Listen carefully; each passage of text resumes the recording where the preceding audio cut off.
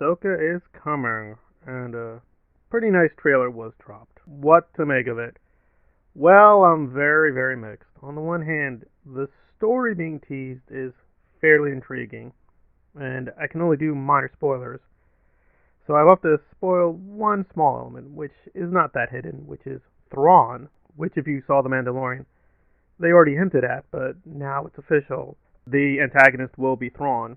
So that was intriguing, and I thought they were going to save Thrawn, but no, they're making explicit Thrawn will be a major part of the series. But beyond teasing a fairly interesting story, visually this looked really, really bad in so many places. Like if you like the prequel style of just having tons and tons of digital effects, and I do defend the prequels on many levels, but in many places visually the prequels are very awful.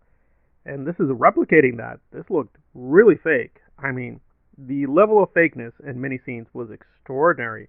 And this is pretty shocking coming off The Mandalorian, where, of course, they used digital effects, but there it looked way more realistic. And here, it just looks very, very obvious that this is a lot of green screen, or the volume, as people are calling it. It just stuck out too much for me. So that was very, very distracting, just how visually it just looks very, very fake. And that was pretty distracting, and it really took a lot away from the trailer. However, if you do like that visual style, and I realize for some stories they will pick a certain visual style, even though the visual style did not work for me, this may work for others. So, but that was really debilitating. Beyond that, and I usually don't get into this stuff, but it was pretty pronounced in this trailer, is there are a lot of women. The amount of female characters is overwhelming. It was just female character, female character, female character, and kind of a token male character. And I guess you could be realistic and say, well, so many shows are male dominated, so we're just going to go in a different direction, but this was a pretty extreme case. That felt a little weird and kind of rankled me, but again, usually I don't care. But now that we're entering the Filoni era, well, we all know Ahsoka's his favorite, but this seemed a little overcorrection.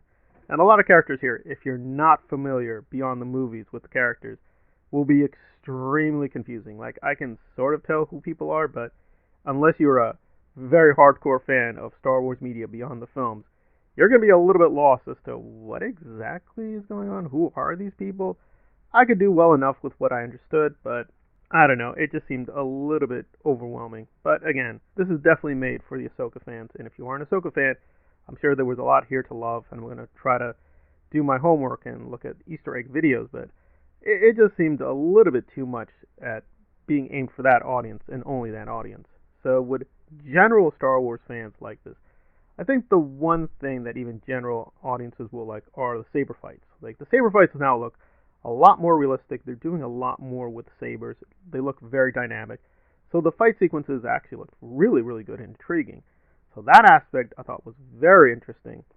But beyond that, again, unless you're a kind of hardcore Filoni person, this will feel a bit of an unnecessary trek with Ahsoka, at least so far. But there are a lot of things that they are promising. We are going to get Hayden and Darth Vader.